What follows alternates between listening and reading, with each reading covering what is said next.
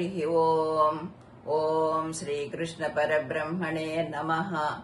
ఇది శ్రీమద్భగవద్గీతలోని 12వ అధ్యాయం భక్తి యోగం గానం.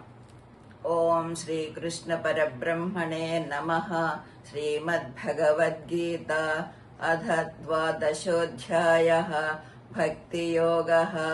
అర్జున ఉవాచ ఏవం సతతయుక్తా ఏ భక్తాస్త్వాం పర్యుపాసతే ఏ చాప్యక్షరమవ్యక్తం తేషాం కే యోగవిత్తమాః.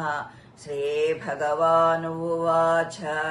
మయ్యావేశ్య మనో ఏ మాం నిత్యయుక్తా ఉపాసతే శ్రద్ధయా పరయోపేతాస్తే మే యుక్తతమా మతాః.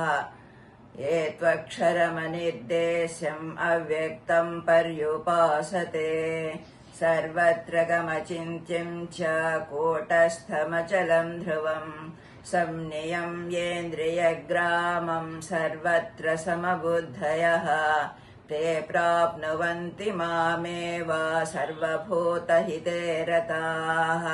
క్లేశోऽధికతరస్తేషాम् అవ్యక్తాసక్తచేతసాम् అవ్యక్తా హి గతిర్దుఃఖం దేహవద్భిరవాప్యతే.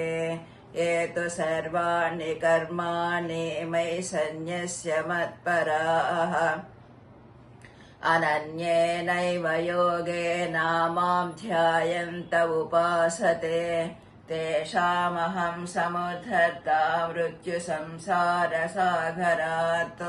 భవామి న చిరాత్ పార్థ మయ్యావేశితచేతసాం మయి ఏవ మనాధత్స్వ మయి బుద్ధిం నివేశయ నివసిష్యసి మయ్యేవ అత ఊర్ధ్వం న సంశయః.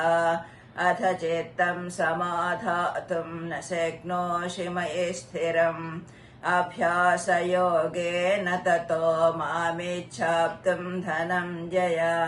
అభ్యాసేప్యసమర్థోऽసి మత్కర్మ పరమో భవ మదర్థమపి కర్మాణి కుర్వన్ సిద్ధిమవాప్స్యసి.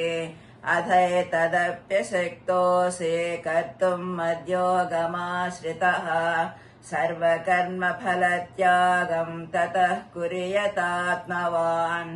శ్రేయో హి జ్ఞానమభ్యాసాత్ జ్ఞానాత్ ధ్యానం విశిష్యతే.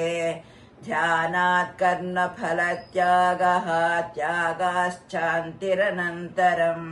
అద్వేష్టా సర్వభూతానాం మైత్రః కరుణ ఏవ చ. నిర్మమో నిరహంకారః సమదుఃఖః సుఖక్షమే.